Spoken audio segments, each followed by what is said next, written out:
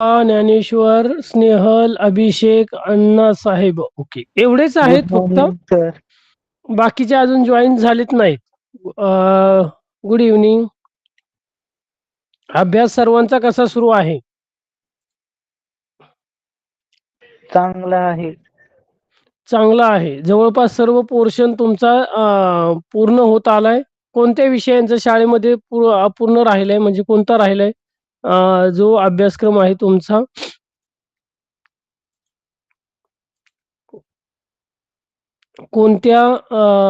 कोणता जो अभ्यासक्रम आहे तो तुमचा अजून पूर्ण झालेला नाही, कोणत्या विषयाचा?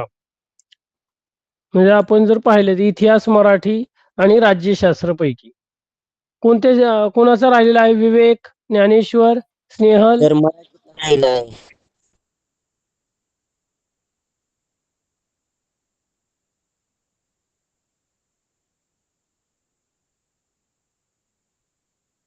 मराठीचा किती राहिला?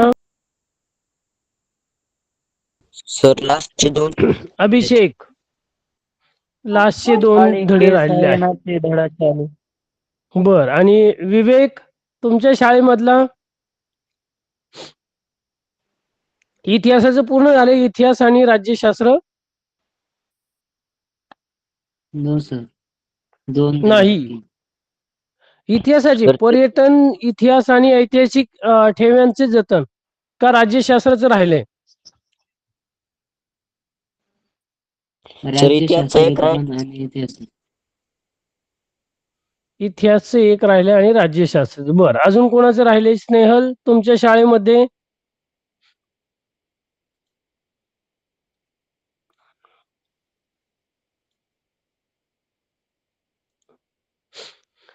बर. इतिहासाचा आपण आता तुम्हाला ह्या झालेल्या पाठापैकी कोणता असा धडा आहे की तो जरा जास्त तुम्हाला जो आहे तो डिफिकल्ट वाटतो? मागच्या इतिहासाच्या तासाला आपण काय घेतलं होतं? प्रश्नपत्रिका मी पाठवली होती तुम्हाला सर्वांना इतिहासाची, बघितली सर्वांनी? आणि बहुतेक आपण क्लासमध्ये सोडवली पण असेल. सर सोडवली होती अर्धी. हा, अर्धी सोडवायची झाली होती. तुम्ही घरी सोडवली का? बघितले का कसे प्रश्न येतात साधारणतः तुम्हाला, आणि कोणत्या पद्धतीने जे आहे ते परीक्षेला प्रश्न विचारले जातात? Yes sir.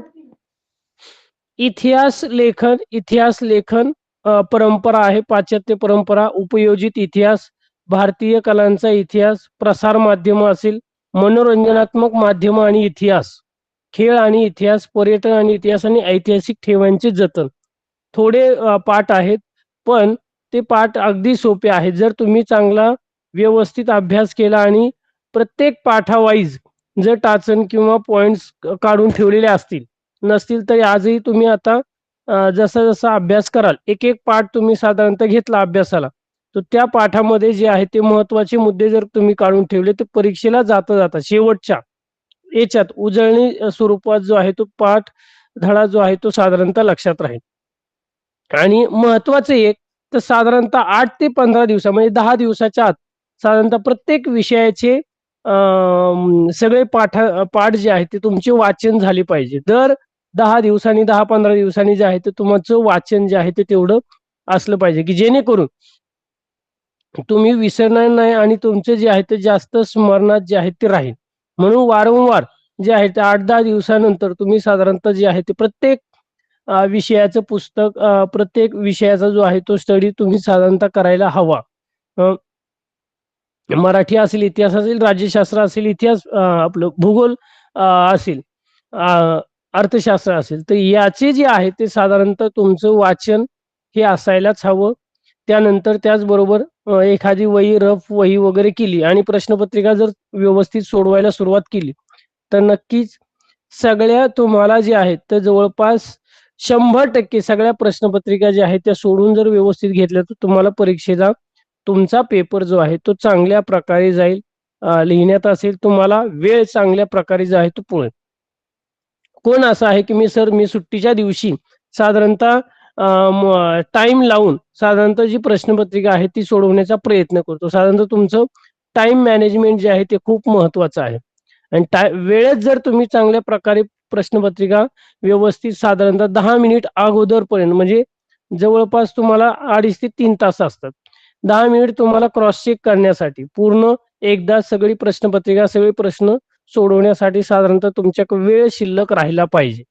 तर अशा प्रकारचं साधारणतः तुमचं वेळेचं नियोजन हे असायला हवं सर्वांचं. तुम्ही जर चांगल्या प्रकारे वेळेचं नियोजन केलं तर नक्कीच तुम्हाला चांगल्या प्रकारचे गुण, तुमच्या प्रयत्नांचा, तुमच्या अभ्यासाचं फळ तुम्हाला नक्कीच मिळणार आहे. हे लक्षात ठेवायचे. पुढचं जे आहे तर तुम्हाला राज्यशास्त्राचे पण पाठ आहे.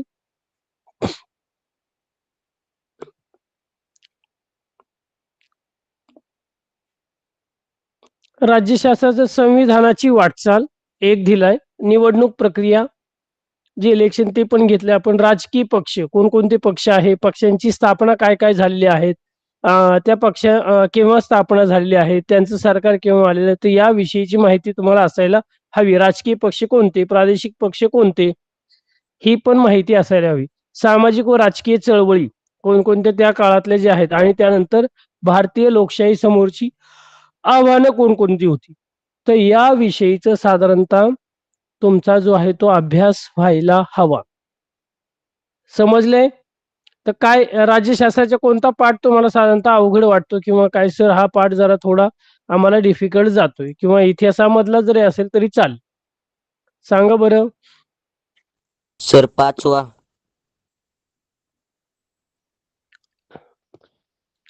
5वा पाठ, भारतीय लोकशाही समोरील आव्हाने. बर, अजून हो. कोणाला हे वाटतोय की जास्त? तू आपल्या मागच्या तासाला नव्हता का हा पाठ झाला आपला त्यावेळेस?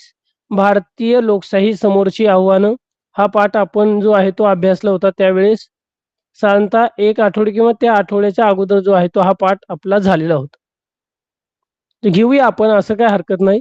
पण अजूनही बाकीच्यांना कोणता पाठ वाटतो की सर तो जास्त जरा आम्हाला परत जो आहे तर त्यातले काही गोष्टी समजले नाही, किंवा तो जास्त आम्हाला हार्ड वाटतो? राजकीय स्नेहल, पक्ष. राजकीय पक्ष. बर, अजून बाकीचे?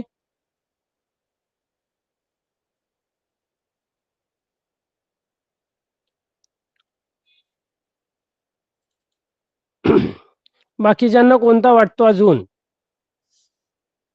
भारतीय लोकशाही समोरची आव्हानं हा पाठ जो आहे साधारणतः आपण मागे घेतलेला होता, पण काय हरकत नाही, आपण तो परत एकदा थोडा रिवाइज करूया. भारतीय लोकशाही, लोकशाही म्हणजे काय, तर आपण परत एकदा सुरुवात करूया त्या पाठाला. थोडा फास्ट, किंवा तुम्हाला जे महत्वाचे त्याच्यातले जे मुद्दे आहेत तर ते पण घेणार आहोत. तुमच्याकडे वही पेन असेल तर साधारणतः ते लक्षात ठेवायचं, आणि वही पेन घेऊन तुम्ही त्यातले जे मुद्दे आहेत ते साधारणतः तुम्हाला काढता आले पाहिजे त्यातले. भारतीय लोकशाही समोरील आव्हानं. तर काय बरं, लोकशाहीची व्याख्या काय? कोणाला येते लोकशाहीची व्याख्या? कशाला म्हटलं तर लोकशाही म्हणजे काय?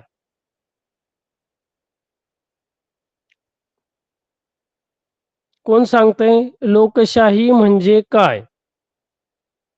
अक्षरा सांगतेस? स्नेहल, काय बरं लोकशाही म्हणजे काय? काय लोकशाही ही संकल्पना काय आहे? बोला, फक्त माईक म्यूट ठेवू नका, मग मलाच बोलायला लावू नका. तुमचे पण प्रश्न असायला हवे, तुमचा पण रिस्पॉन्स असायला हवा.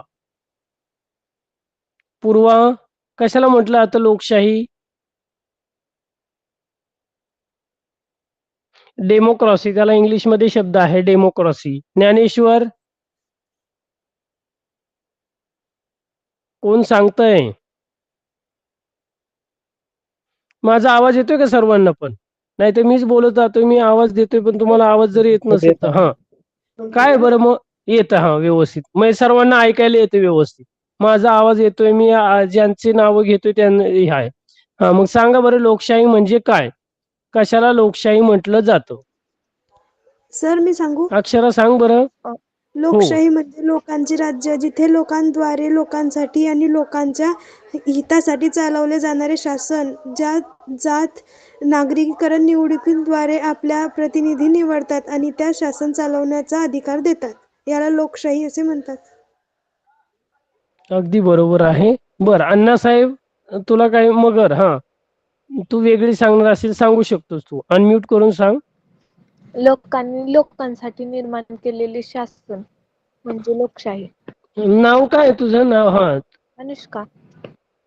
अनुष्का. अनुष्का, जेव्हा तुम्ही जर आपल्या आई बाबांच्या नावाने जर तुम्ही लॉग इन करत असेल तर मला इथे मेसेज करून ठेवत जा की सर मी या नावाने, माझं नाव हे आहे, ते जेणेकरून जे आहे ते मी तुम्हाला तुमच्या नावाने जे आहे तर आवाज देऊ शकतो. म्हणजे साधारणतः तुम्हाला प्रश्न विचारता येईल मला पण. योग्य अनुष्का, बरोबर आहे. लोकांनी लोकांसाठी साठी जे आहे ते चालवलेले शासन. लोकांनी लोकांसाठी लोकांच्या हितासाठी चालवलेले शासन, त्याला लोकशाही किंवा डेमोक्रेसी असे म्हटलं जाते. ही एक जिवंत चालणारी प्रक्रिया आहे आणि ती लोकशाही टिकवण्यासाठी दक्ष राहावे लागते आणि जाणीवपूर्वक त्यासाठी आपल्याला प्रयत्न करावे लागतात. ही लोकशाही आहे. पुढे. सांगू? हो. भारतातल्या जनतेला लोकशाही विधानसभा आणि स्थानिक स्वराज्य संस्था निवडणुकीत भेट प्रतिनिधी म्हणून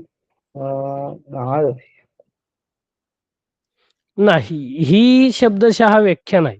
जे आता म्हणतो लोकशाही म्हणजे काय, डेमोक्रेसी म्हणजे काय, तर त्याची लोकांनी लोकांसाठी लोकांच्या हितासाठी चालवलेले शासन.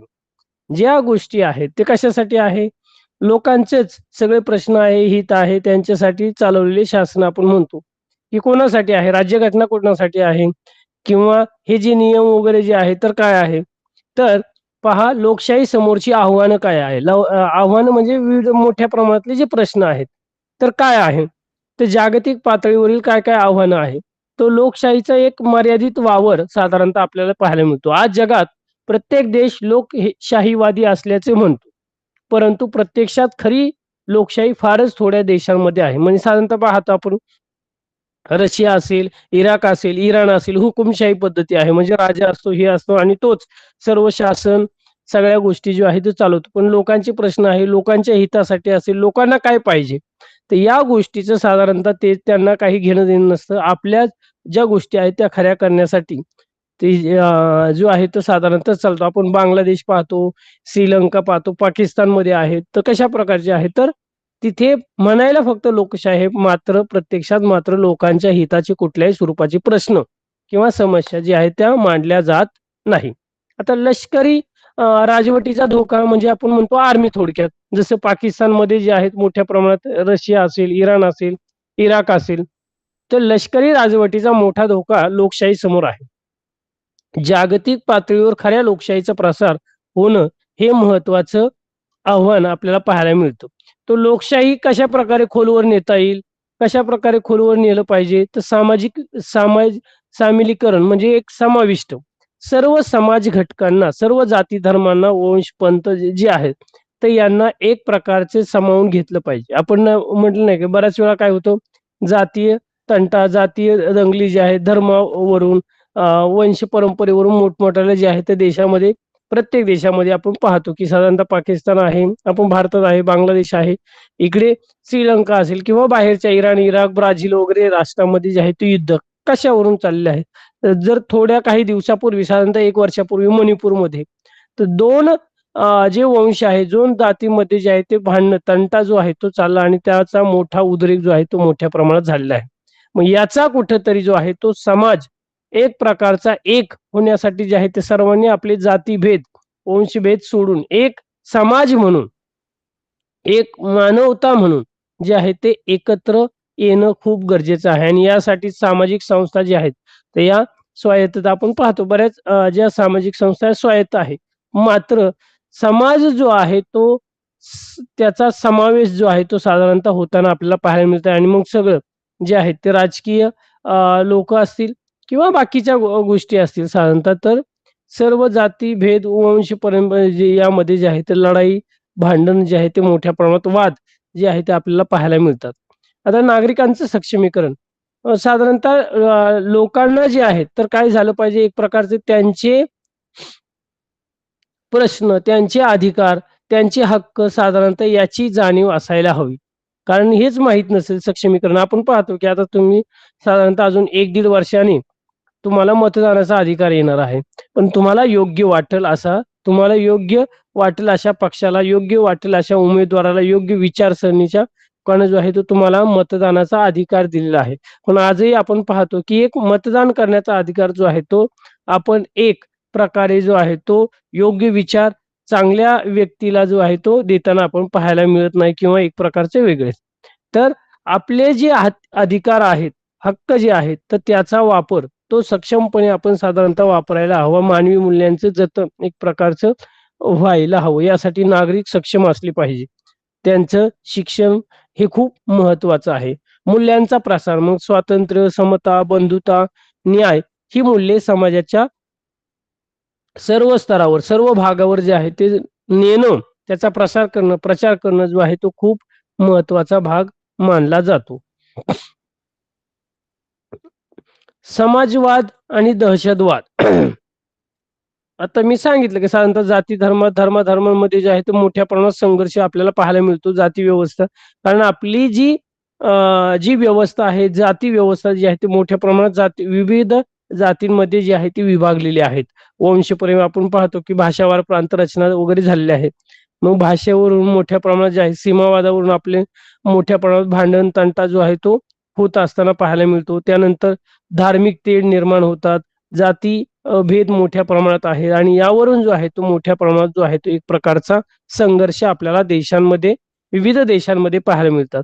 धार्मिक संघर्ष आणि त्यातून होणारे दहशतवाद आपण पाहतो की जसं पुलवामा जो हल्ला वगैरे झाला होता की कशा प्रकारे हिंदू जर आहे तर त्यांना मोठ्या प्रमाणात जे आहेत आपण पाहतो की इस्लामिक लोक वगैरे जे आहेत किंवा पाकिस्तानी दहशतवाद्यांनी जे आहेत ते एक प्रकारचे विशिष्ट धार्मिक हे करून टार्गेट करून जे आहे ते साधारणतः त्यांनी जे आहे तर गोळीबार केलेला होता आणि मोठ्या प्रमाणात जे आहे ते तिथे पर्यटक जे आहे ते मारले गेले होते. म्हणजे काय, ते एक प्रकारचा धार्मिक संघर्ष जो आहे तो आपल्याला पाहायला मिळतो. दहशतवाद हे भारताच्या लोकशाही समोरील सर्वात मोठं आव्हान आहे. आपण पाहतो बऱ्याच वेळा देशांतर्गत विविध प्रकारचे हमले, दहशतवादी अटॅक जे आहेत ते बॉम्बस्फोट असेल, गोळीबार असेल, अतिरेकी आहेत. तर याचा कुठेतरी आपल्या भारतीय व्यवस्थेवर, भारताच्या लोकशाहीवर जो आहे तो सर्वात मोठा एक प्रकारचं आव्हान आपल्याला पाहायला मिळतो. तर मोठमोठ्या संघटना, दहशतवादी संघटना यांचा उदय जो आहे तो मोठ्या प्रमाणात काश्मीर असेल किंवा पाकिस्तानमध्ये आहे. तर या IS संघटना, टेररिस्ट संघटना जे आहेत ते मोठ्या प्रमाणात उदय आहे आणि याचा कुठेतरी जो आहे तर जगामध्ये अशांतता निर्माण करणं हे त्यांचं काम आहे. त्यातून त्यांना मिळणारा जो पैसा आहे, आर्थिक पाठबळ जो आहे तो विविध प्रकारचे विशिष्ट अशा प्रकारचे देश जे आहे ते त्या दहशतवादाला खतपाणी घालण्याचं काम जे आहे ते करताना आपल्याला पाहायला मिळतात. सामाजिक तेढ वाढल्यामुळे सामाजिक स्थैर्य राहत नाही. समाजामधली व्यवस्था आजही आपण पाहतो, गावामध्ये असेल, विविध प्रकारच्या राष्ट्रामध्ये असेल, देशामध्ये असेल, राज्यामध्ये असेल, जिल्ह्यामध्ये आहेत, तर जातीय तेढ मोठ्या प्रमाणात आपल्याला पाहायला मिळतो. सामाजिक संघर्ष आपण पाहतो की मानवता हाच, आपण फक्त प्रतिज्ञा म्हणतो की भारत माझा देश आहे, सर्व भारतीय माझे बांधव आहे, हे पण म्हणायला आहे, पण प्रत्यक्षात मात्र जे आहे ते समाजामध्ये हे होताना दिसत नाही. त्यानंतर आपण संविधानाचं वाचन वगैरे करतो, उद्देश पत्रिकेचं, त्यामध्ये सुद्धा दिलेलं आहे, पण प्रत्यक्षात मात्र त्याची अंमलबजावणी जी आहे मात्र होताना दिसून येत नाही. दहशतवादांसारख्या घटनांमुळे लोकांचा लोकशाहीतील सहभाग जो आहे तो कमी झालेला आहे आणि मग मोठ्या प्रमाणात दहशतवाद आपण म्हणतो जो आहे तो होताना दिसून आला. त्याच्यामुळे जो आहे तो लोक नाराज आहे किंवा एक दहशत त्यांच्यामध्ये आहे आणि कुठेतरी त्यांचा जो सहभाग आहे तो लोकशाही व्यवस्थेवर जो आहे तो कमी होताना आपल्याला पाहायला मिळतो. तर प्रमुख कोणकोणती आव्हानं आहे भारताच्या लोकशाही समोरची, ते तर पाहिलं, जागतिक आहे, त्यानंतर देशांतर्गत आहे, पण प्रमुख त्यामधले कोणते आहेत? डावे, उग्रवादी, नक्षलवादी, दहशतवादी, नक्षलवादी. जसं आपण पाहतो गडचिरोली या भागामध्ये वगैरे आहे तर मोठ्या प्रमाणात जे आहे. का बरं नक्षलवाद, दहशतवाद का निर्माण झाला? नक्षल, आता उदाहरणार्थ गडचिरोलीचा प्रकार, का बरं नक्षलवादी लोक जे आहेत किंवा नक्षलवादी जे आहेत, आपण विविध गेल्या वर्षी पाठामध्ये पण आपण पाहिलेलं असेल. तर काय बरं नक्षलवाद म्हणजे काय? कशाला म्हटलं जातं नक्षलवाद? नक्षलवादी कोणाला म्हटलं जातं? रोशनी, स्नेहल सांगा बरं. मोक्षदा, नक्षलवाद कशाला म्हटलं जातं? कोण सांगतंय? ज्ञानेश्वर?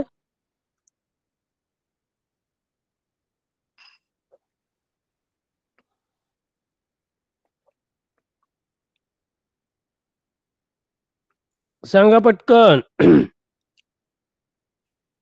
काय आहे नक्षलवाद कशाला म्हटलं जातं? कोणाला येते उत्तर?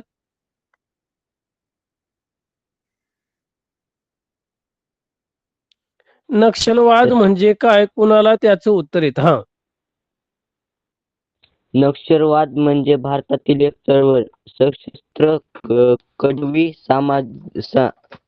साम्यवादी चळवळ जी चीनचे नेते माओ त्से यांच्या विचाराने प्रेरित आहे. बर अजून कोण सांगतंय? नक्षलवाद किंवा नक्षलवाद म्हणजे काय?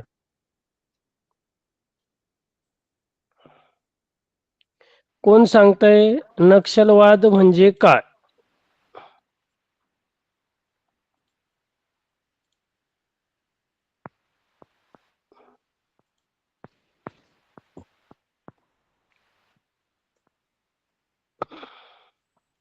रोशनी, स्नेहल सांगा पटकन.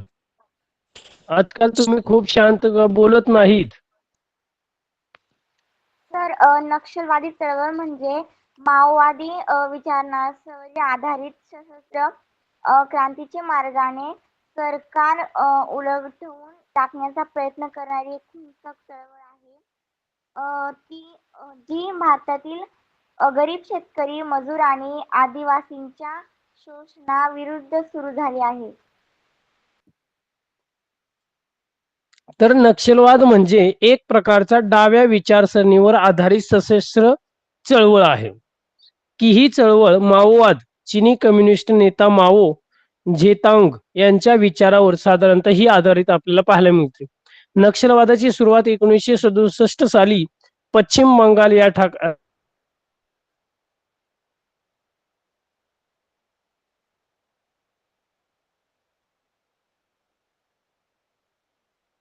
ठिकाणी नक्षलवादी गावात ही झालेली पाहिजे. त्यामुळे या नाव देण्यात कायदा पालन करणे हा आहे.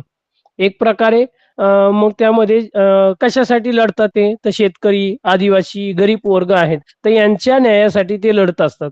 त्यानंतर जमिनीमध्ये सुधारणा करणं, त्यानंतर मोठे भांडवलदार वर्ग जे आहेत किंवा सरकारी यंत्रणा आहेत, तर याच्या विरोधात कुठेतरी जे आहे ते पाहायला मिळतं. कारण कुठल्याही प्रकारचा लाभ यांना शासकीय लाभ जो आहे तो मिळत नाही किंवा विविध प्रकारच्या सुख सुविधा आहेत तर त्या यांना जे आहे ते मिळत नाही आणि कुठेतरी याचा रोष ते आपल्या शासकीय यंत्रणेवर जे आहे ते काढताना आपल्याला पाहायला मिळतो. त्यानंतर याचे वैशिष्ट्य थोडक्यात हिंसाचार असेल, सशस्त्र संघर्ष असेल, त्यानंतर जंगल, दुर्गम भागात याचा प्रभाव आपण नक्षलवादांचा पाहतो. छत्तीसगड असेल, झारखंड असेल, ओडिसा असेल, महाराष्ट्रातील गडचिरोली या भागामध्ये मोठ्या प्रमाणात नक्षलवादी चळवळी जे आहे ते पाहायला मिळतात. नक्षलवाद हा देशाच्या अंतर्गत सुरक्षिततेला एक मोठा धोका मानला जातो. यामध्ये पोलीस व लष्करी कारवाई सोबत विकासात्मक योजना ज्या आहेत तर आपण पाहतो की साधारणतः 2 महिन्यापूर्वी जे गडचिरोलीचे एक जे नक्षलवादी आहेत की त्यांनी सरेंडर केलं होतं, आत्मसमर्पण आणि एक चांगला नागरिक वगैरे जे आहेत ते होण्याचं काय. आज पाहतो की गडचिरोली या ठिकाणी काही भाग आता डेव्हलपमेंट होत आहे मोठ्या प्रमाणात जे आहेत. तर शासकीय यंत्रणा असेल किंवा शाळा, कॉलेजेस, त्यानंतर वैद्यकीय सुविधा जे आहेत ते होत आहे आणि कुठेतरी नक्षलवादी जे लोक आहेत ते कुठेतरी मवाळ होताना आपल्याला पाहायला मिळतात. काही काही जणांनी जे आहे तर आत्मसमर्पण केलेलं जे आहे ते आपण उदाहरण जे आहे ते पाहिलेलं आहे. पुढे आहे दुसरा आहे भ्रष्टाचार. सगळ्यात मोठी कीड आपण पाहतो की सगळ्या व्यवस्थेमध्ये मग ती शिक्षण असेल, आरोग्य असेल, विविध सरकारी कार्यालयांमध्ये असेल तर सगळ्या व्यवस्थेमध्ये जे आहे तो भ्रष्टाचार हा मोठ्या प्रमाणात फोफावत चाललेला आहे. याचा कुठेतरी भारताच्या लोकशाहीला जे आहे तो मोठ्या प्रमाणाचं एक आव्हान निर्माण झालेलं आहे. एक प्रश्न निर्माण की राजकीय आणि प्रशासकीय स्तरावरील भ्रष्टाचारामुळे सरकारची कार्यक्षमता जी आहे ती कुठेतरी कमी होताना आपल्याला पाहायला मिळते. आता तुम्ही परीक्षा वगैरे पेपर वगैरे दिलात, तर त्यानंतर साधारणतः तुम्हाला विविध प्रकारचे दाखले वगैरे जे आहेत ते काढावे लागतात आणि याला जो आहे तो आपण साधारणतः पाहतो की भरपूर वेळा जे आहे ते आपल्याला हेलपाटे वगैरे जे आहेत ते मारावे लागतात. आपले आई बाबा वगैरे जे आहेत ते जात असतात. मग तहसील कार्यालयामध्ये असेल, जिल्हाधिकारी कार्यालयामध्ये आहे, ते हे दाखले काढण्यासाठी वारंवार हेलपाटे जे आहेत ते सरकारी कार्यालयातील जी कामं आहेत, तर याचा कुठेतरी त्यावर आपल्याला पाहायला प्रभाव जो आहे तो पाहायला मिळतो आणि कुठेतरी जी अकार्यक्षमता लोकांमध्ये निर्माण झालेली आहे आणि लोकांमध्ये असमाधान. कारण कुठे गेलो तर हे पैसे द्या, ठराविक पैसे द्यावे लागतात, त्या अधिकाऱ्याला पैसे द्यावे लागतात किंवा पैसे दिल्याशिवाय जो आहे तो आपलं काम होत नाही.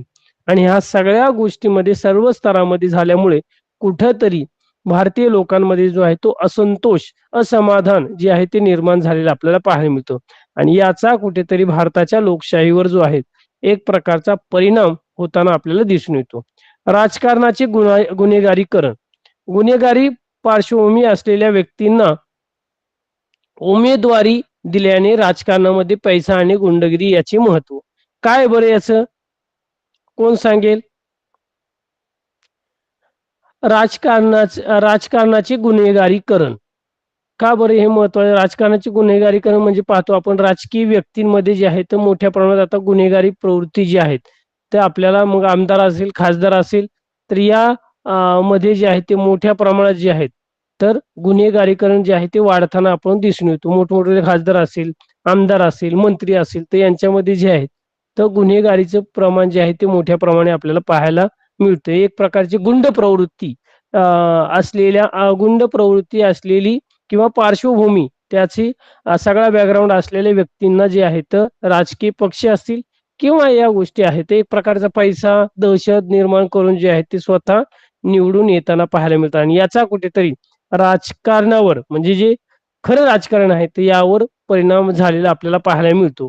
म्हणजे साधं जे लोक आहेत, सर्वसामान्य जे लोक आहेत किंवा जे काम करणारे आहेत, तर त्या व्यक्तींना बाजूला सारून कुठेतरी गुंड प्रवृत्तीचे उमेदवार जे आहेत, तर अशा लोकांना जे आहेत तर उमेदवारी दिल्याने एक प्रकारचा राजकारणामध्ये जो पैसा आणि गुंडगिरी याचं मोठ्या प्रमाणात आता वाढतं महत्व जे आहे ते वाढताना आपल्याला पाहायला मिळतं. तर हे प्रमुख आव्हानं हे भारताच्या लोकशाही समोरची आहेत. आता भ्रष्टाचाराचे परिणाम काय? भ्रष्टाचाराचे परिणाम कार्यक्षमता कमी होणे, सरकारी कामामध्ये जास्त वेळ लागणे. आता आपण साधारणतः पाहतो एखादा कुठलाही निर्णय वगैरे झाला तर तो साधारणतः लवकरात लवकर त्याची अंमलबजावणी होताना आपल्याला पाहायला मिळत नाही किंवा एखादी गोष्ट किंवा एखादा प्रोग्राम असेल किंवा एखादी वास्तू असेल, कुठलंही काम असेल, तर ते लवकरात लवकर होत नाही. काही महिनोन-महिने, वर्षानुवर्षे जे आहेत त्या गोष्टींना लागताना आपल्याला पाहायला मिळतं. गुणवत्ता घसरते. सार्वजनिक सोयी-सुविधांमध्ये जे आहे तर याचा कुठेतरी परिणाम होतो आणि जे आहे ते आपल्याला त्याचा दर्जा कुठेतरी घटलेला आपल्याला पाहायला मिळतो. इंग्रजांच्या काळामध्ये असेल किंवा 17व्या शतकात संभाजी महाराज, छत्रपती शिवाजी महाराजांच्या काळामधले आजही गड किल्ले, त्या वास्तू असतील, ऐतिहासिक वास्तू असतील किंवा पूल आपण म्हणतो ब्रिजेस, आजही कसे आहेत? आजही ते डोलामध्ये आहे, भक्कम आहे. पण आपण पाहतो की गेल्या दीड वर्षात किंवा वर्ष 6 महिन्यात जे आहे आता झालेले ब्रिज असेल, पूल असेल, इमारती असेल, तर ते ढासळताना मोडताना आपल्याला पाहायला मिळतात आणि त्यामध्ये मोठ्या प्रमाणात जीवितहानी, वित्तहानी जी आहे ती होताना दिसून येते. का? कारण कामाचा दर्जा जो आहे तो भ्रष्टाचारामुळे कुठेतरी हा कमी झालेला आपल्याला पाहायला मिळतो आणि त्याची क्वालिटी कुठेतरी जी आहे ती कमी होताना आपल्याला पाहायला मिळतं. कुठलंही सरकारी काम पहा तुम्ही, मग रस्त्याचं काम असेल, एखादा रस्ता आहे, तर साधारणतः तो रस्ता बनवल्यानंतर वर्ष 6 महिने त्याला खड्डे वगैरे जे आहे ते मोठ्या प्रमाणात पडतात. चांगल्या दर्जाचं काम न होणे आणि याचा कुठेतरी नागरिकांमध्ये जो आहे असमाधान, असंतोष जो आहे तो निर्माण झालेला पाहायला मिळतो आणि याचा भ्रष्टाचार हा मोठ्या प्रमाणात झाल्यामुळे गुणवत्ता जी कामं आहेत, सुखसुविधा आहेत, त्या एक योग्य प्रकारच्या झालेल्या आपल्याला पाहायला मिळत नाही. अविश्वास निर्माण करे आणि याचा कुठेतरी मग सरकारी व्यवस्थेवर असेल, आपण पाहतो सरकारी कार्यालयामध्ये असेल किंवा याच्याबद्दल जो असेल सरकारी कर्मचाऱ्यांबद्दलचा असेल, तो कुठंतरी जनतेमध्ये जो आहे तो अविश्वास निर्माण झालेला आपल्याला पाहायला मिळतो आणि जे आहे ते कारण कुठलंही काम म्हटलं तर पैसा चिरीमिरी जी आहे तर याची डिमांड जी आहे जर वारंवार बातम्या पाहत असेल किंवा वर्तमानपत्र पाहत असेल तर साधारणतः अमुक अमुक शासकीय कर्मचारी, मग तहसीलदार असेल, त्यानंतर सीईओ असेल, वेगवेगळ्या प्रकारचे, मग तलाठी असेल, ग्रामसेवक असेल, तहसीलदार असेल, ते हे लाच घेताना, पैसे घेताना रंगे हात पकडले. साधारणतः बऱ्याच वेळा ह्या बातम्या वगैरे येतात, त्यामुळे त्यांना सरेंडर वगैरे केलं जातं किंवा सस्पेंड वगैरे केलं जातं. या कुठेतरी जे आहेत तर आपल्याला दररोज अशा जे आहे ते वर्तमानपत्रांमध्ये या बातम्या पाहायला मिळतात. आता समाजापुढची आव्हानं कोणकोणती आहेत? तर मोठ्या प्रमाणाची बेरोजगारी आहे. कारण विविध प्रकारच्या नवनवीन ज्या गोष्टी घडताना, कारण मोठ्या प्रमाणात युवा तरुण असेल आणि शिक्षित मोठ्या प्रमाणात झालेले आहे, पण मात्र नोकऱ्या ज्या आहेत त्या कुठेतरी कमी होताना दिसतात. बेरोजगारी वाढली, त्यामुळं जे आहे तर नोकरी मिळत नाही, या गोष्टी होत नाही आणि त्याचा कुठेतरी त्याच्या मानसिक जी खच्चीकरण होतं आणि ती पिढी जी आहे, तो वर्ग जो आहे तो मोठ्या प्रमाणात व्यसनाधीन झालेला आपल्याला पाहायला मिळतो. कारण नोकरी मिळत नाही, चांगल्या प्रकारचे जे आहे तर त्याला जगणाऱ्या ज्या गोष्टी आहेत तर मानसिक तणावातून जी जाणारी व ही जी पिढी आहे तर ती जी आहे ते व्यसनाधीन तेकडे जे आहे ती जाताना आपल्याला पाहायला मिळते. दुष्काळ आणि साधन संपत्तीचे असमान वितरण. आता आपण पाहतो ही जर तो सगळ्यांना एक लाईव्ह एक प्रकारचा हा प्रश्न आहे की दुष्काळ आणि साधन संपत्तीचे असमान वितरण. आपण पाहिलं की आता 2 महिन्यापूर्वी अतिवृष्टी वगैरे मोठ्या प्रमाणात झालेली होती आणि आजही काही शेतकरी वर्गाला जे आहे ते मोठ्या प्रमाणात नुकसान भरपाई जो आहे ते काही वर्गाला मिळाली, काही वर्गाला मिळालेली नाही. तर याचं वितरण जे आहे ते योग्य प्रमाणात सारख्या प्रमाणात होताना आपल्याला दिसत नाही. जे मोठमोठे घरं आहेत किंवा ज्यांना सगळ्या प्रकारच्या सुखसुविधा आहेत त्यांना मात्र या सुविधा ज्या आहेत ते मिळताना या गोष्टी मिळताना पाहायला मिळतात. पण खरी वस्तू जे खरे शेतकरी आहेत, काबाड कष्ट करणारे आहेत, त्यांची परिस्थिती नाही, तर त्यांना मात्र योग्य मोबदला त्या योजनेची जी मिळकत आहे ती मिळताना आपल्याला पाहायला मिळत नाही. गरीब श्रीमंत यांच्यातील वाढती तरी आपण पाहतो की उद्योगपती श्रीमंत व्यक्ती जे आहेत ते श्रीमंत होत चाललेले आहे आणि गरीब मात्र अजूनही गरीब जो आहे तो होत चाललेला आपल्याला पाहायला मिळतो. कारण त्यांच्याकडे कुठल्याही स्वरूपाच्या सुखसुविधा नाही. मोठ्या प्रमाणात जो आहे तो आपण पाहतो शेतकऱ्यापासून तर सगळ्या गोष्टींपुढे महागाई आहे, शेतमालाला भाव नाही, नोकरी नाही, सगळ्या गोष्टी ह्या ज्या आहेत तर मोठ्या प्रमाणात कुठेतरी गरीब आणि श्रीमंत यांच्यातली दरी कमी न होता वाढत जाताना आपल्याला पाहायला मिळते. चौथा आहे जातीयता आणि सामाजिक विषमता. समाजामधली विषमता आणि एक प्रकारची जातीय तेढ जो आहे तो हा पाहायला मिळतो आणि याचा कुठेतरी जो आहे तो सामाजिक समतोल जो आहे तो ढासळलेला आपल्याला पाहायला मिळतो आणि एक सामाजिक विषमता जी आहे ती एक दरी निर्माण झालेली पाहायला मिळते. या सामाजिक प्रश्नांचे निराकरण लोकशाही यशस्वी करण्यासाठी आवश्यक आहे आणि हे सर्व प्रश्न जे आहेत तर योग्य चांगल्या प्रकारे जे आहेत ते सुटणं खूप गरजेचं आहे आणि याचा कुठेतरी परिणाम नक्कीच भारतीय लोकशाहीच्या एक प्रकारचं आव्हान निर्माण करणार आहे. कारण हे प्रश्न व्यवस्थित जर सुटले तर नक्कीच भारताची लोकशाही जी आहे ती चांगल्या प्रकारे मजबूत होईल. पण हे कुठेतरी न होता एक प्रकारचे गंभीर प्रश्न जे आहेत ते यापुढे वाढत चाललेले आपल्याला पाहायला मिळतात.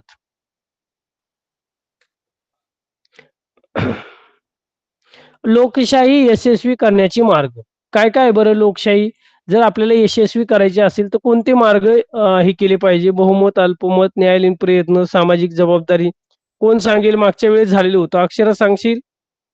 अनुष्का काय सांगता येईल बरं? मागच्या तासाला आपलं झालेलं आहे तर लोकशाही यशस्वी करण्याचे मार्ग कोण सांगतंय?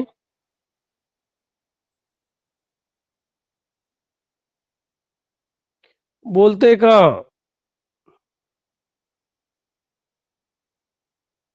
जीवन, मोक्षदा आवाज येतोय का? बऱ्याच वेळेस क्लासला काय बरं मागच्या वेळेस हे तासाला झालं होतं काय सांग बरं?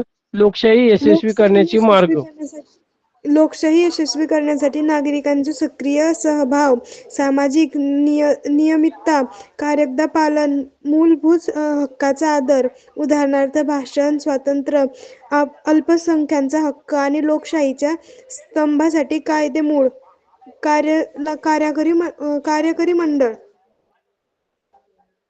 ओके, असे अजून कोण लोकशाही सांगतंय? यशस्वी करण्यासाठी नागरिकांचा सक्रिय मूलभाव होय. पूर्वा कोण सांगते? रोशनी सांगा बरं.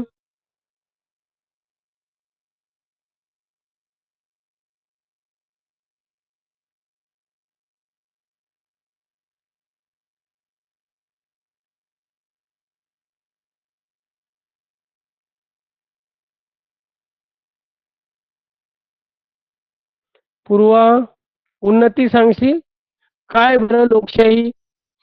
तर बहुमत आणि अल्पमत.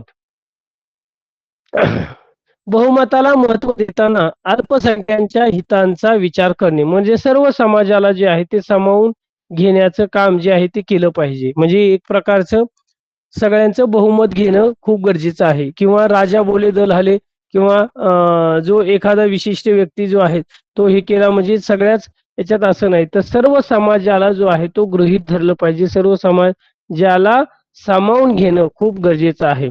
जे गरीब वर्ग आहे, अल्पसंख्याक आहे, ज्यांना शैक्षणिक सुविधा नाही, आरोग्यविषयक सुविधा नाही, या मूलभूत गरजा ज्यांच्या पूर्ण होत नाहीत, त्यांना जे आहे तर मुख्य प्रवाहात आणणं खूप गरजेचं आहे.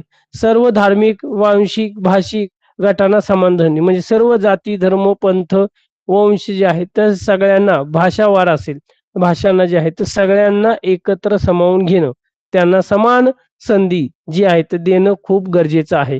यामुळे कुठेतरी जे आहे ते एक प्रकारची आपली लोकशाही चांगल्या प्रकारे मार्गस्थ होईल, यशस्वी होईल. न्यायालयीन प्रयत्न.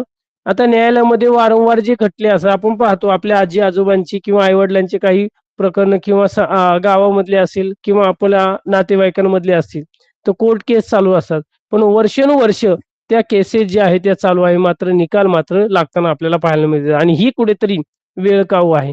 म्हणून न्यायालयाने जे आहे ते प्रक्रिया जी आहे ते पारदर्शक आणि वेळेवर चांगल्या प्रकारे आपण काय झाला पाहिजे, त्या योग्य गुन्हेगाराला जे आहे ती शिक्षा होणे खूप गरजेचं आहे. योग्य न्याय मिळणं खूप गरजेचं आहे. आपण आजही पाहतो मोठ्या प्रमाणात मर्डर असेल, विविध प्रकारचे अन्याय अत्याचार झालेले व्यक्ती असतील, गुन्हेगार असतील, त्यांना आजही ते तुरुंगात आपण पाहतो की तिथे मस्त खाताना आपल्याला पाहायला मिळतं. पण मात्र त्यांना अजूनही प्रत्यक्षात मात्र शिक्षा होऊनही प्रत्यक्षात मात्र त्याची अंमलबजावणी होताना दिसून येत नाही. आणि ही कुठेतरी जी आहे तर ही न्यायालयीन प्रक्रिया चांगल्या प्रकारची होणं खूप गरजेचं आहे. राजकीय प्रक्रियेत बंदी घातली पाहिजे. मग आपण पाहतो एक प्रकारचे न्यायालयीन गोष्टीमध्ये जे आहे तर राजकीय हस्तक्षेप आता मोठ्या प्रमाणात वाढताना आपल्याला दिसून येत आहे. आणि त्याचा कुठेतरी न्यायालयाच्या निकालावर जो आहे तो परिणाम होताना दिसून येत आहे. तिसरं, सामाजिक जबाबदारी. केवळ सरकारी पातळीवर नव्हे तर सामाजिक व वैयक्तिक पातळीवर प्रत्येकाने जाणीवपूर्वक प्रयत्न केले पाहिजे. म्हणजे आपण पाहतो बऱ्याच वेळा चला सरकार करेल, ह्या गोष्टी करेल किंवा काय आहे, तर असं न होता प्रत्येकाने सर्व समाजाने जे आहे ते एकत्र मिळून जो आहे तो आपली जबाबदारी आहे, आपली रिस्पॉन्सिबिलिटी आहे, आपल्या स्वतःचं काम आहे असं जर जाणीवपूर्वक प्रयत्न जर केले तर नक्कीच समाज सुधारेल आणि कुठेतरी आपल्या लोकशाहीला बळकटी मिळण्यासाठी जे आहे तो प्रयत्न होईल. आपण स्वच्छता असेल, त्यानंतर विविध प्रकारचे जे प्रश्न आहे आपण पाहतो की सर्वांनी जर एकत्र मिळून जर सर्व स्वतःपासून जर सुरुवात केली तर नक्कीच याचा कुठेतरी जो आहे तो आता पाहतो मग सरकार येईल, सरकार ह्या गोष्टी करतील किंवा काय हे होईल, तर असं न करता आपलं वैयक्तिक काम आहे, वैयक्तिक गोष्टी आहे, या जाणीवपूर्वक जर आपण प्रत्येकाने केल्या तर नक्कीच कुठेतरी लोकशाही आपली यशस्वी होऊ शकते. शासकीय उपक्रम. आता विविध प्रकारच्या योजना आपण पाहतो की सर्व समाजाला समाविष्ट करण्यासाठी सरकार जे आहे ते विविध प्रकारच्या योजना राबवत असतं. जसे की तुम्हा मुलांना सुद्धा विविध प्रकारच्या स्कॉलरशिप वगैरे जे आहेत ते देत असतात. का बरं स्कॉलरशिप वगैरे? मुलींना सावित्रीबाई फुले योजनेच्या स्कॉलरशिप वगैरे असेल तर याचा कुठेतरी जो आहे तो तुम्हाला चांगल्या प्रकारे शिक्षणाचं महत्त्व कळावं आणि जास्तीत जास्त विद्यार्थ्यांनी शिक्षणाचं एक रस गोडी निर्माण व्हावी, त्यांना एक आर्थिक मदत मिळावी आणि एक चांगल्या प्रकारची प्रेरणा मिळावी की पुढे जाऊन तुम्ही चांगल्या प्रकारचं शिक्षण घ्यावं. यासाठी विविध प्रकारच्या योजना आखण्यात आलेल्या आपल्याला पाहायला मिळतात. सर्व शिक्षा अभियान म्हणजे शिक्षणाद्वारे नागरिक चांगल्या प्रकारे सक्षम होऊ शकतो आणि म्हणून आपण पाहतो की 7 ते 14 वयोगटातील सर्व मुला-मुलींना जे आहे ते मोफत शिक्षणाचा अधिकार हा राज्यघटनेने आपल्याला दिलेला आहे आणि ते जर झालं तर नक्कीच नागरिक चांगल्या प्रकारे सक्षम होऊ शकतात आणि म्हणून विविध प्रकारचे शासकीय योजना ज्या आहेत त्या राबवल्या जातात की कुठेतरी समाज जो आहे तो काय व्हावा, प्रगती व्हावी, त्याच्या अडीअडचणी दूर व्हाव्या, तो चांगल्या प्रकारचा सक्षम नागरिक व्हावा. यासाठी सरकार जे आहे ते प्रयत्न करत असतं, विविध प्रकारच्या योजना जो आहे तो आखत असतो. स्वच्छ आणि भारत अभियान, स्वच्छ भारत अभियान आपण पाहतो, स्वच्छता आपण पाहतो बऱ्याच वेळा जे आहे ते मोठ्या प्रमाणात कचरा वगैरे जे आहेत तर याचा कुठेतरी जो आहे तो प्रदूषण, नदी प्रदूषण असेल आपण पाहतो मोठ्या प्रमाणात जो आहे तर हवा प्रदूषण असेल, ध्वनी प्रदूषण असेल, प्रदूषणाच्या समस्या दिवसेंदिवस वाढताना आपल्याला पाहायला मिळतो. याचा कुठेतरी परिणाम काय होतो की स्वच्छता गावातील आपण पाहतो की केर कचरा वगैरे असेल तर आपण घरापासून किंवा गावापासून सुरुवात केली पाहिजे साधारणतः की आपण आपलं जे आहे ते एक प्रकारचे स्वच्छतेद्वारे जो आहे तो एक प्रकारचा सामाजिक बदल जो आहे तो लोकांपर्यंत येणे आणि आपण पाहतो शहरामध्ये मोठ्या प्रमाणात जो आहे ते कचऱ्याच्या समस्या पाहायला मिळतात. कचरा जो आहे तो असाच वेडावाकडा आपण पाहतो रस्त्याने कुठेही पाहायला मिळतो. जर आपण गड किल्ल्यांवर वगैरे गेलो तर प्लास्टिकच्या बॉटल्स असतील, कुरकुऱ्याची पॅकेट्स वगैरे असतील तर याचा कुठेतरी जो आहे तो स्वच्छता राखली जात नाही आणि म्हणून आपण मग सार्वजनिक ठिकाणी जात असताना आपण जसं घरामध्ये स्वच्छता आपण पाळतो तसंच शाळेमध्ये असेल, सरकारी कार्यालयामध्ये असेल किंवा इतर त्या ठिकाणी जे आहेत तर त्या ठिकाणचे जे आहे तर प्रदूषण किंवा स्वच्छता जी आहे ती राखणं आपलं खूप गरजेचं काम आहे. ग्राम समृद्धी योजना मग गावामधल्या विविध प्रकारचा गावाचा विकास जर करायचा असेल तर विविध प्रकारच्या ग्रामीण विकास योजना ज्या आहेत तर राबवल्या जातात की कुठेतरी गावाला सशक्तीकरण करण्याचं काम जे आहे ते या विविध प्रकारच्या योजना करत असतात. स्वमत गट म्हणजे सामुदायिक बचत गट आपण पाहतो की महिला बचत गट असेल विविध प्रकारचे तर या बचत गटांमार्फत एक प्रकारचं आर्थिक स्वावलंबन एक स्वबळावरती सामूहिक ग्रुप आपण म्हणतो की त्यांचा सामूहिक गट निर्माण होऊन त्यांना चांगल्या प्रकारचं आर्थिक पाठबळ लाभावं, आर्थिक स्वावलंबन मिळावं यासाठी जे आहेत तर या योजना ज्या आहेत त्या राबवल्या जात असताना आपल्याला पाहायला मिळतात. आणि शेवट आहे जबाबदार नागरिक. तर भारताची लोकशाही चांगल्या प्रकारे सक्षम करण्यासाठी स्वातंत्र्य असेल, समता असेल, बंधुता असेल, सामाजिक न्याय असेल, धर्मनिरपेक्षता या मूल्यांचा आपल्या वैयक्तिक जीवनातही आदर व जोपासना आपण केली पाहिजे. सर्व धर्म समभाव आणि आपण एक प्रकारे एका देशाचे नागरिक आहोत ही प्रत्येकाने जी आहे ती जाणीव ठेवणं खूप गरजेचं आहे आणि यानेच कुठेतरी जी आहे ती भारताची लोकशाही जी आहे ती चांगल्या प्रकारे यशस्वी होण्यासाठी खूप मदत होईल. समजलाय पाठ? आता मागं पण झालता आणि परत एकदा रिवाइज केला तर कोणीतरी विचारलं होतं की सर हा पाठ आपण रिवाइज करूया. समजलाय का रे? ज्ञानेश्वर का विवेक? हा अजून कोणाला काही प्रश्न? उन्नती, रोशनी, पूर्वा समजलाय हा पाठ? या पाठावर कुठलेही प्रश्न जर साधारणतः विचारले तर तुम्हाला देता आले पाहिजे. येईल का देता? हो सर. बर एक प्रश्न आलेला आहे इथे मी सांगतो. चुकी बरोबर मध्ये भारतीय लोकशाही जगातील सर्वात मोठी लोकशाही मानली जाते.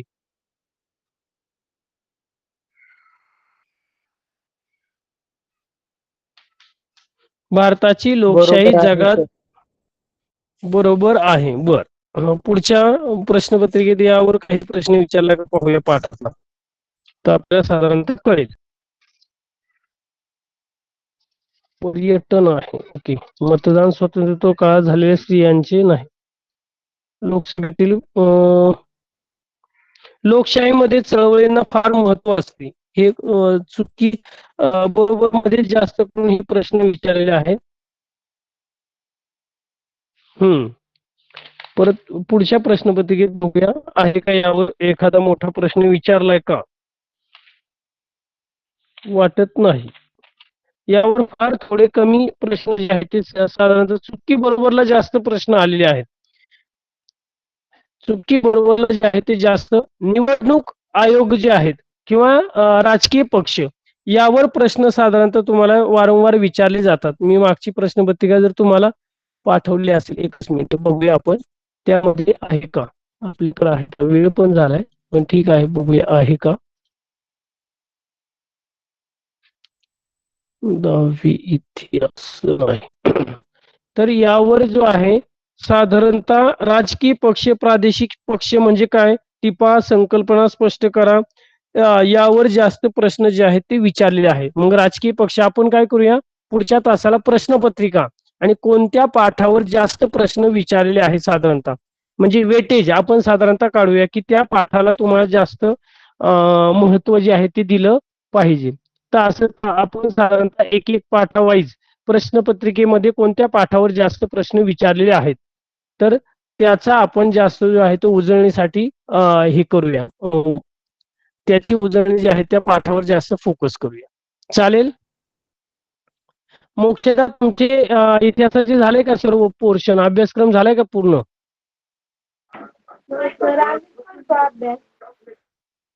झालाय. म्हणजे आम्ही